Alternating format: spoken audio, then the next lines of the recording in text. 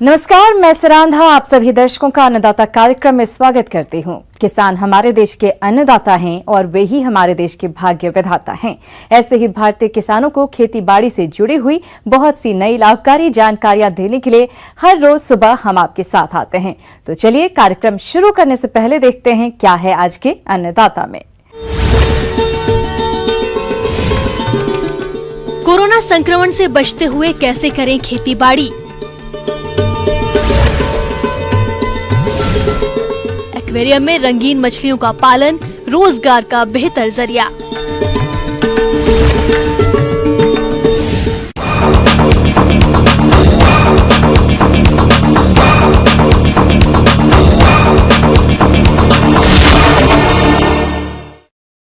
किसान भाइयों, जैसा कि अभी कोविड-19 महामारी की दूसरी लहर से पूरा देश जूझ रहा है और यह महामारी गांव में भी देखने को मिल रही है। ऐसे में किन किन सावधानियों को बरतते हुए आप कृषि कार्यों को करें, आइए इस बारे में जानते हैं डॉक्टर एस.के. शर्मा से।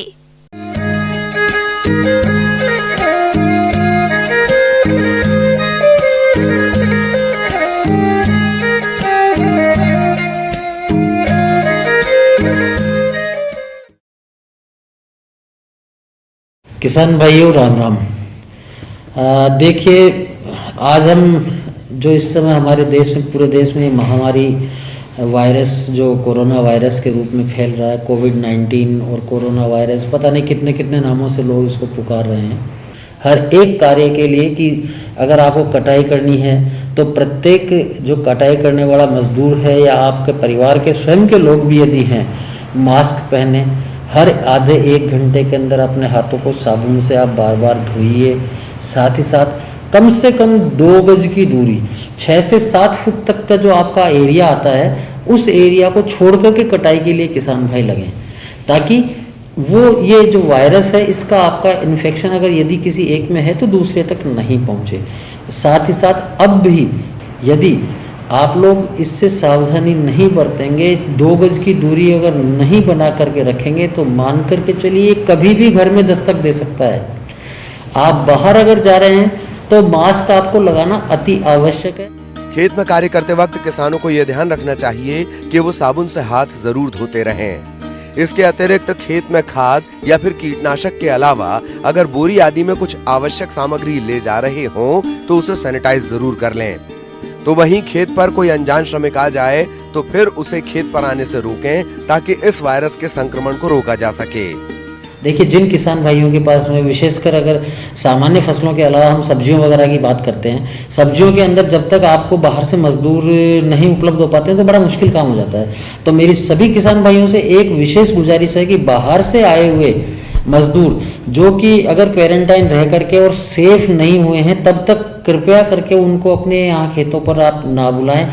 और यदि किसी कारणवश मान लीजिए कोई आ भी जाता है तो जो सोशल डिस्टेंसिंग है, फिजिकल डिस्टेंसिंग है, उसका प्रॉपर ध्यान रखिए। जिस समय भी आप बुआई करें, आप हाथों को पुनः बार बार हाथों को साबुन से रगड़ रगड़ करके 10 से 20 सेकंड कम से कम लगातार धोएं।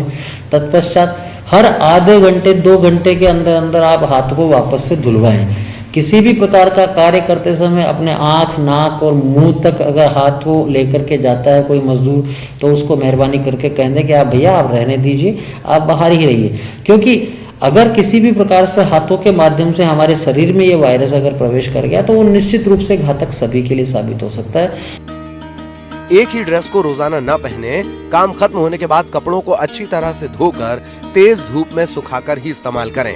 साथ ही हो सके तो मशीन एक बार उपयोग में लाने के बाद दोबारा इस्तेमाल करने से पहले अपने हाथ साबुन से जरूर धो लें। खेत में फसल काटते, खाना खाते समय एक दूसरे व्यक्ति के बीच कम से कम 3 मीटर की दूरी होनी चाहिए। खाने पीने के बर्तन अलग रखें और हाथों को साबुन से अच्छी तरह से साफ करें। नियमित रूप से साबुन या अल्कोहल वाले हैंड सैनिटाइजर से हाथों को धोते रहें। खांसते और छींकते समय अपने नाक और मुंह को ढक कर रखें। अगर आप बीमार हैं तो खुद को परिवार के सभी लोगों से अलग कर लें और तुरंत डॉक्टर की सलाह लें। दूसरे लोगों से भी उचित दूरी बनाए रखें। काम होने पर घर पर रहें, सुरक्षित रहें। फसलों की चाहे आप बिजाई करें, चाहे जुताई का कार्य करें, चाहे उसमें आप फर्टिलाइजर डलवा रहे हैं, सभी की एक निश्चित दूरी बना करके 6 फुट या 2 गज की जो दूरी है उसको मेंटेन करें, साबुन से हाथ धुलवाएं, सैनिटाइज़र का उपयोग करें, मास्क पहन के रखें, हो सके तो सिर को भी किसी कपड़े से बांध करके कार्य करें। तो बचाव ही इसका एकमात्र कारगर उपाय है। अपने आप को बचाइए और साथ ही अपने परिवार, अपने गांव, अपने क्षेत्र को भी इस वायरस जनित बीमारी से बचाने का कार्य करें। किसान भाइयों, अभी तक आपने खेती से जुड़ी हुई कुछ उपयोगी जानकारियां देखी। अब लेते हैं एक छोटा सा ब्रेक, जल्द लौटेंगे और कार्यक्रम में आगे भी हैं खेती बाड़ी से जुड़ी हुई महत्वपूर्ण जानकारियां। आप बने रहिए हमारे साथ। किसान भाइयों, आज बढ़ती बेरोजगारी को देखते हुए ये जरूरी है कि बदलते समय की मांग के अनुसार व्यवसायों को अपनाया जाए, तभी अच्छी आमदनी मिलेगी। अगर रंगीन मछलियों के पालन की बात करें तो ये व्यवसाय आज अच्छी आय का जरिया बनता जा रहा है। अगर आप भी रंगीन मछलियों का पालन करना चाहते हैं तो इसकी शुरुआत आप कैसे करें, इस बारे में जानकारी दे रही हैं मत्स्य विशेषज्ञ डॉक्टर इप्सिता विश्वास।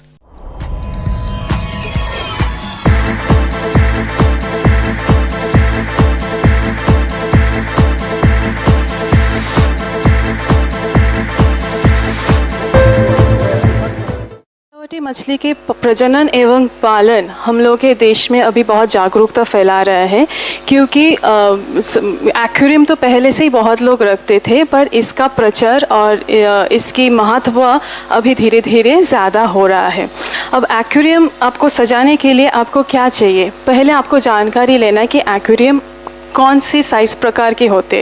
एक्वेरियम 3 प्रकार के होते, एक तो मीठा पानी का एक्वेरियम, एक है ब्रैकिश वाटर मतलब मीठा पानी और सामुद्रिक पानी को मिलाकर एक एक्वेरियम बनते हैं, और एक बनता है सामुद्रिक एक्वेरियम। शहरों में एक्वेरियम छोटे आकार से लेकर बड़े आकार तक के होते हैं। बाजार में 15 इंच से 15 फीट तक साइज के एक्वेरियम उपलब्ध हैं। सबसे छोटे साइज का एक्वेरियम 12 गुणा 6 इंच का होता है। इस छोटे आकार के एक्वेरियम में मछलियाँ ज्यादा बढ़ती नहीं हैं। इतने बड़े आकार के एक्वेरियम में 4 से 5 जोड़ी मछली को रख सकते हैं। इसी तरह क्या करना है, अब आप उसको सजाना पड़ेगा। सजाने के लिए पहले क्या करना है, आपको नीचे एक अच्छे से फिल्टर लगाना पड़ेगा, ग्रामेल फिल्टर उसको बोलते हैं। उसके ऊपर आप हर रंग बिरंगी ग्रेवल पीबल्स होते हैं, जैसे पत्थर, हर कलर की पत्थर होता है, वो 2 से 2.5 सेंटीमीटर, नहीं तो ज़्यादा से ज़्यादा 4 से 5 सेंटीमीटर के अलग अलग साइज़ का होते हैं। ये भी एक फ़िल्टर का काम करता है। तो पहले आप क्या करेंगे, थोड़ा बड़ा वाला पीबल्स रखेंगे, उसके ऊपर आप छोटा छोटा पत्थर डाल देंगे, और जितना कलरफुल आप बनाएंगे उतना वो प्राकृतिक के रूप लेगा। साथ ही साथ आप सैंड भी डाल सकते हैं, मतलब बालू डाल सकते हैं उसके ऊपर। एक्वेरियम में पानी हमेशा क्लोरीन रहित, शुद्ध एवं ताज़ा होना चाहिए। पानी भरते समय एंटी क्लोरीन डालना चाहिए, मछलियों के लिए हितकर होता है। बोर पानी अगर इस्तेमाल कर रहे हैं तो पहले बोर से पानी एकत्र करके 2 दिन बाहर रखना चाहिए और फिर उसे एक्वेरियम में डालें। पानी में 10 से 20% जितना भी आपका स्पेस है उसे 10 से 20% खाली रखना चाहिए। आप पूरा भी कभी पानी उसमें मत डालिए। अब पानी को आप 4 से 5 दिन बिल्कुल कुछ नहीं कीजिए, क्योंकि आप वो वाटर को कंडीशन कर रहे हैं, क्योंकि मछली जब आपके पानी में आएगा तो उसको कंडीशन वाटर चाहिए। इसी तरह आप क्या करेंगे, एक फ़िल्टर लेंगे, क्योंकि हमेशा वाटर को प्यूरिफाई करना है, क्योंकि जब आपका मछली रहेगा तो उसका जितना भी एक्सक्रीटा आ रहा है वो उसको साफ़ करना है। पानी को हमेशा साफ़ रखना चाहिए। तो पानी साफ़ रखने के लिए हम लोग फ़िल्टर का इस्तेमाल करते हैं। अब फ़िल्टर मैकेनिकल भी होता है, बायोलॉजिकल भी होता है, तो वो आपको ये करना है कि आप कौन सा फ़िल्टर इस्तेमाल करना चाह रहे हैं। एक्वेरियम के अंदर के सौंदर्य को बढ़ाने के लिए उसमें जलीय पौधों को उगाइए, क्योंकि इसकी वजह से उसे एक्वेरियम में प्राकृतिक ऑक्सीजन मिलता है और एक्वेरियम और भी अधिक आकर्षक दिखने लगता है। साथ ही मछली का जीवन समय भी बढ़ जाता है। एक्वेरियम में आहार देने का भी बहुत सारा तरीका है। आहार में हमेशा याद रखना, क्योंकि ये मछली छोटा साइज़ का रहता है, जैसे कि 4 सेंटीमीटर लगभग ज़्यादा से ज़्यादा, तो उसका साइज़ भी छोटा होना है। तो बाहर ही आप जब भी कहीं जाएंगे, पेट शॉप करके जितना भी एक्वेरियम का दुकान है वहाँ पर आप बोलेंगे कि आप पिलेटेड फीड दीजिए, क्योंकि उसमें कुछ पिगमेंट रहता है, जैसे ऑप्टिमम करके एक आता है, उसमें से अगर आप लेते हैं उसमें कैरोटीनाइट करके एक पिगमेंट आता है, जिससे कि आपके मछली का जो कलर है वो और भी ज़्यादा निखारे।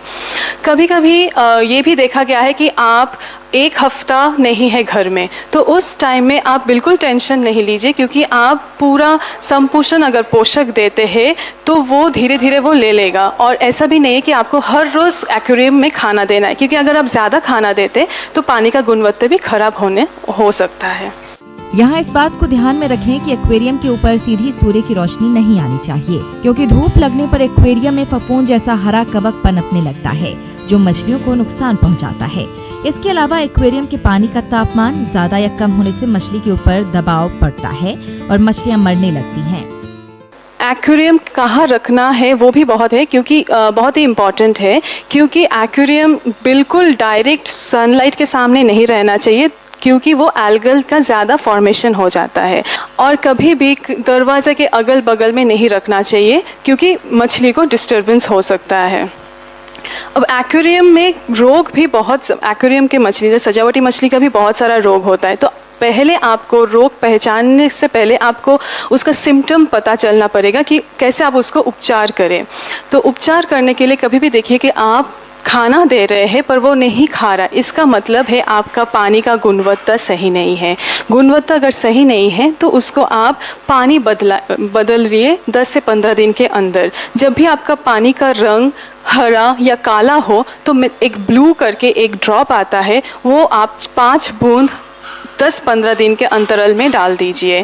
साथ ही साथ जब आप देखेंगे कि पंख उसका सर रहा है, कि पंख उसका गिर रहा है, तो उस टाइम में आप पंख को काट के उसमें आयोडीन का ऑइंटमेंट लगा लीजिए। दवाई जितना भी बैक्टीरियल हो, फंगल हो या पैरासाइटिक हो, उसको पहले आप समझिए, समझने के बाद ही उसका उपचार कीजिए। आगे और भी हैं खेती बाड़ी से जुड़ी हुई बहुत सी रोचक जानकारियां, पर यहां पर रुकेंगे एक और ब्रेक के लिए। जल्द हाजिर होते हैं। हमारे राज्य के जिन किसान भाइयों ने खरबूजे की खेती की है, उनकी फसल फूल और फल की अवस्था पर चल रही है, लेकिन बहुत से किसान भाइयों को इस फसल से आशा के अनुरूप उत्पादन नहीं मिल पाता है, जिसका एक मुख्य कारण कीट और रोग का प्रकोप है, जो फसल को छोटी अवस्था से लेकर फलों की तोड़ाई तक नुकसान पहुंचाते रहते हैं। तो आप इन कीट और रोग की पहचान कर नियंत्रण कैसे करें, इसकी समस्त जानकारी के लिए मिलते हैं कृषि वैज्ञानिक डॉक्टर प्रमोद गुप्ता से। नमस्कार किसान भाइयों, अभी मैं चर्चा करूंगा आप खरबूजा जो है, मस्क मेलन है जो भी है, तो ये जो है मार्केट में अभी खूब आ रहा है। जो जिनने पहले लगा दिया है वो तो अभी कर रहे हैं, और आज की डेट में वो फलन में और जो है फ्रूटिंग में प्रायः देखा जा रहा है जो भी है कि जहाँ पर फसलें लगी हैं, चूंकि ज़मीन में है तो ज़मीन में कई प्रकार के कीड़े हो गए, बीमारी हो गई, उस खरबूज की फसल को जो है नुकसान करते हैं, और हमारे जो है खरबूजा जो है पूरा खेत में ही सड़ जाता है। कई जगह देखा गया है पूरा स्लॉट का स्लॉट जो है सड़ जाता है, और किसान हमारी बहुत सारी जो है इससे क्षति होती है। हम जो है चर्चा करेंगे आपको जो हमारी फसलें, जो फ्रूट्स है हमारा जो सड़ रहा है, इसको बचाने के लिए प्रायः देखा जाए अगर हम उसको जो भी है ड्रेंचिंग करें, पौधे के चारों तरफ ड्रेंचिंग कर जो ट्राइकोडर्मा हो गया, और जो भी है हमारे साथ में जो भी है स्यूडोमोनास फ्लोरोसेंस का भी आप लोग जो है उपयोग कर सकते हैं, क्योंकि इसमें एक प्रकार की प्रोटीन पाई जाती है जो दूसरे जो फफूंद होते हैं उसको जो है इनएक्टिवेट कर देती है जो भी है।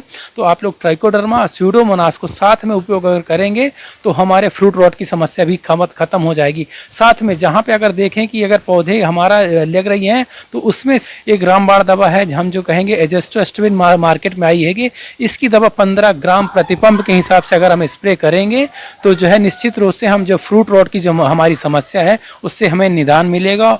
ध्यान रखें 10 दिन के अंतराल पे अगर आप जो है स्प्रे करेंगे तो निश्चित जो है फ्रूट रॉट की समस्या जो है आपकी समाप्त हो जाएगी। साथ में भी देखा गया ही कई प्रकार की जो बीमारियों के साथ में जो है कीड़े भी बहुत सारे लग रहे हैं, जिससे पौधे जो है कुकुड़िया रहे हैं जो भी है जो, और जो चूसक कीट जो है हमारे जो व्हाइट फ्लाई है इसके कारण जो कुरकुरा हो जाता है, इसी कारण कुरकुरा होता है पौधा, और यही जो भी है वेक्टर का काम करता है, बीमारी को इस जगह से ले जाके दूसरे जगह ले जाने का काम करता है। रस चूसक कीट की बात करें तो उसमें सिस्टमेटिक इंसेक्टिसाइड आता है जो कि हृदय में पूरे बॉडी में उसके चला जाता है। अगर हमने इसको उपयोग आज किया है तो 10 दिन तक पौधे के शरीर पे रहता है जो भी है। तो सिस्टमिक इंसेक्टिसाइड कौन सा, इमिडाक्लोरपिड हो गया, और दूसरा थायोमेथाक्साम 8 से 10 ग्राम दवा प्रति पंप के हिसाब से मिला के अगर आप 10 से 15 दिन के अंतराल पे आप जब इस दवा का उपयोग करेंगे तो निश्चित रूप से हम जो है इस बीमारी से जो भी है हमें जो है बहुत ही जो है लाभ प्राप्त होगा।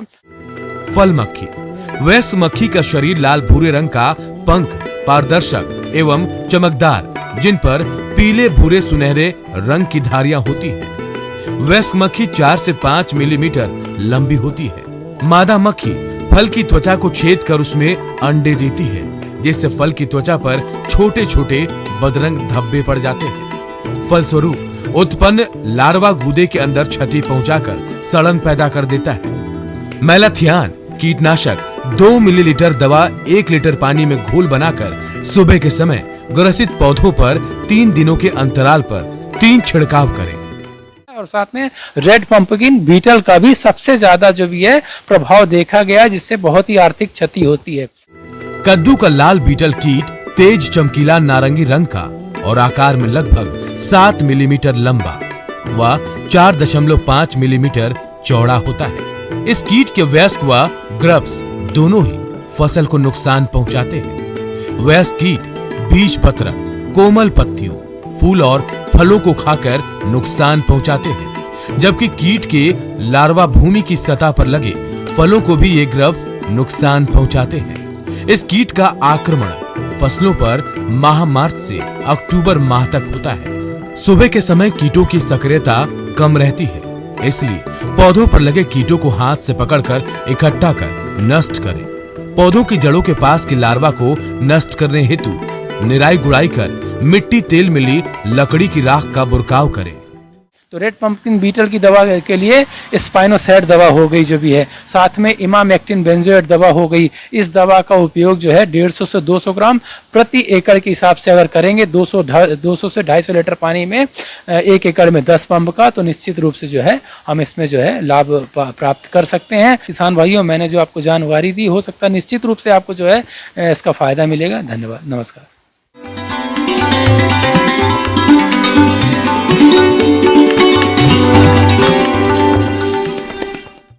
अन्नदाता हेल्पलाइन निःशुल्क फोन संपर्क सेवा के माध्यम से आपके द्वारा पूछे गए प्रश्नों में से 1 या 2 महत्वपूर्ण प्रश्न को हम अपने कार्यक्रम में शामिल करते हैं। इसी के तहत आज का चयनित प्रश्न और उसका जवाब इस प्रकार है। अन्नदाता निःशुल्क फोन संपर्क सेवा के माध्यम से पूछे गए प्रश्नों में से आज हमने जिस प्रश्न को कार्यक्रम में शामिल किया है उसे पूछा है जिला चित्तौड़गढ़ के कृषक रंजीत कुमार ने।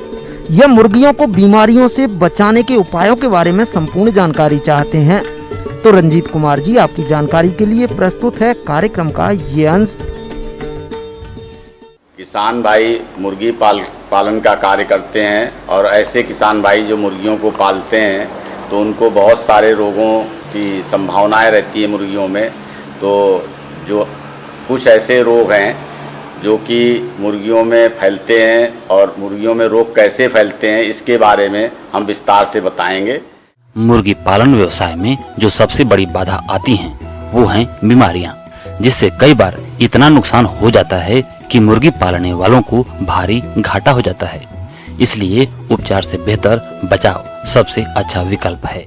रोग फैलने के तो वैसे तो बहुत से कारण हैं, लेकिन कुछ संक्रामक रोग होते हैं। संक्रामक रोग वैसे हैं जिनको हम छुआछूत का रोग कहते हैं, जो बीमार मुर्गी से स्वस्थ मुर्गी में फैल जाते हैं। और ऐसे संक्रामक रोग जो छुआछूत से फैलते हैं वो विषाणु जनित हो सकते हैं, जीवाणु जनित हो सकते हैं। तो रोग फैलने के बहुत से कारण है, जैसे मनुष्य रोग फैलाने में सबसे ज़्यादा सक्षम है। इसके अतिरिक्त जो बीमार मुर्गियां हैं वो स्वस्थ मुर्गियों को रोग फैलाती हैं। जो मुर्गी घर में जो बर्तन इस्तेमाल होते हैं, जो बिछावन इस्तेमाल होता है, या बहुत से ऐसे लोग जो देखने के लिए मुर्गियों को आते हैं, वो भी जो है ये रोग फैला सकते हैं।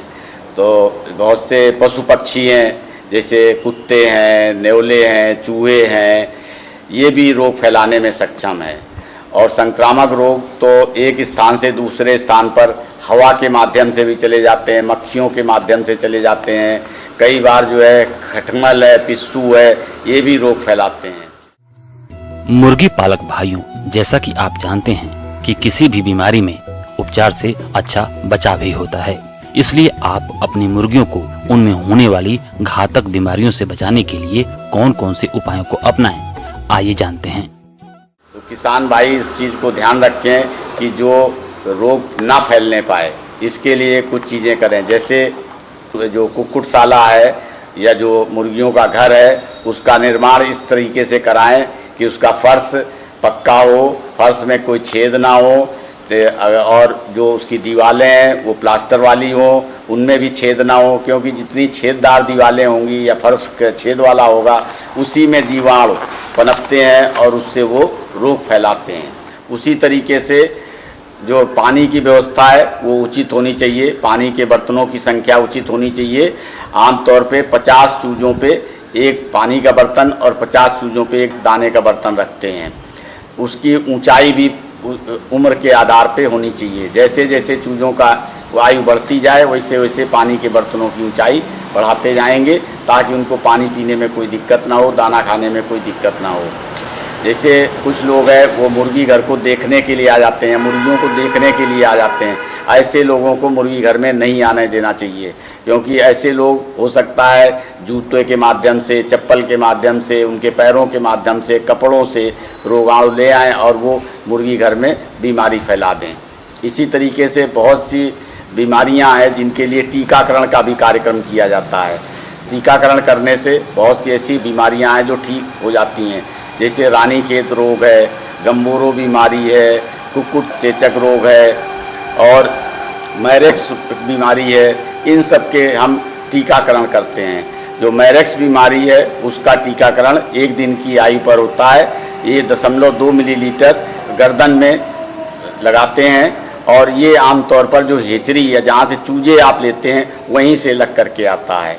फिर 6 से 7 दिन की आयु पर रानीखेत का टीका लगाते हैं। ये 1 बूंद आँख में या नाक में डालते हैं या पानी में घोल करके पिला सकते हैं। इसी के साथ इन्फेक्शियस ब्रांकाइटिस एक बीमारी होती है जिसको हम श्वसन तंत्र का रोग कहते हैं, वो भी जो है टीकाकरण कर सकते हैं। 1 दिन से 7 दिन की आयु पर इसका टीका आँख में या नाक में डाल सकते हैं या चोंच खोल करके मुंह में डाल दीजिए। फिर 10 से 12 दिन की आयु पर गंबोरो का टीका लगाते हैं। ये भी टीका आँख में डाल सकते हैं, नाक में डाल सकते हैं या पानी में घोल करके पिला सकते हैं। फिर 28 दिन की आयु पर गंबोरो का टीका दोबारा पिलाते हैं। इसके अतिरिक्त 6 सप्ताह की आयु पर कुक्कुट चेचक रोग के लिए टीका लगाते हैं और ये मांसपेशी में लगाया जाता है। इसकी मात्रा 0.2 मिलीलीटर है और ये अंडे देने वाली मुर्गियों में टीकाकरण करते हैं। उसके बाद 50 से 55 दिन की आयु पर रानीखेत और इन्फेक्शियस ब्रांकाइटिस का टीका पानी में घोल करके पिलाते हैं। उसके बाद 10 से 12 सप्ताह की आयु पर R2B का टीका है जो इंजेक्शन की सहायता से 0.5 मिलीलीटर मुर्गियों को लगाया जाता है, इससे रानीखेत रोग ना फैलने पाए। इसी के साथ जो है जब अंडे देने वाली मुर्गियां होती हैं तो जब अंडा उत्पादन आने वाला हो तो 18 सप्ताह की आयु पर रानीखेत का निष्क्रिय टीका और इन्फेक्शियस ब्रांकाइटिस का निष्क्रिय टीका लगाते हैं। इन सब टीकों को अगर लगाएंगे तो मुर्गियों में जो संक्रामक रोग हैं, जो रानीखेत रोग है, गंबोरो रोग है, कुक्कुट चेचक रोग है और मैरेक्स की बीमारी है, ये नहीं होने पाएगी। ब्रायलर पक्षियों में आमतौर पर हम 2 ही टीके लगाते हैं। पहला टीका रानीखेत के लिए 1 से 7 दिन की आयु पर, दूसरा टीका गंबोरो के लिए 10 से 12 दिन की आयु पर। तो किसान भाइयों से हम यही अनुरोध करेंगे कि वो अपनी मुर्गियों का टीकाकरण समय पर कराएं और अच्छा उत्पादन लें तथा उनकी मुर्गियां स्वस्थ रहें, आर्थिक रूप से वो लाभ कमाएं। किसान भाइयों, अन्नदाता आपकी सेवा के लिए संकल्परत है। कृषि संबंधित समस्या और सुझावों के लिए आप हमें इस पते पर संपर्क कर सकते हैं। प्रोड्यूसर अन्नदाता, news 18 Rajasthan, Ramoji film city, Hyderabad 501512। साथ ही आप हमें ईमेल भी कर सकते हैं। हमारा ईमेल है p18annadatarajasthan@nw18.com। इसके अतिरिक्त आप हमें निःशुल्क हेल्पलाइन नंबर 180041921555 पर सोमवार से शनिवार सुबह 10 बजे से शाम 4 बजे के बीच संपर्क कर सकते हैं। किसान भाइयों, अब समय हो रहा है आपसे विदा लेने का, तो हमारी पूरी अन्नदाता टीम को दीजिए इजाजत। कल फिर आपसे मुलाकात होगी कृषि संबंधित कुछ और महत्वपूर्ण जानकारियों के साथ। नमस्कार।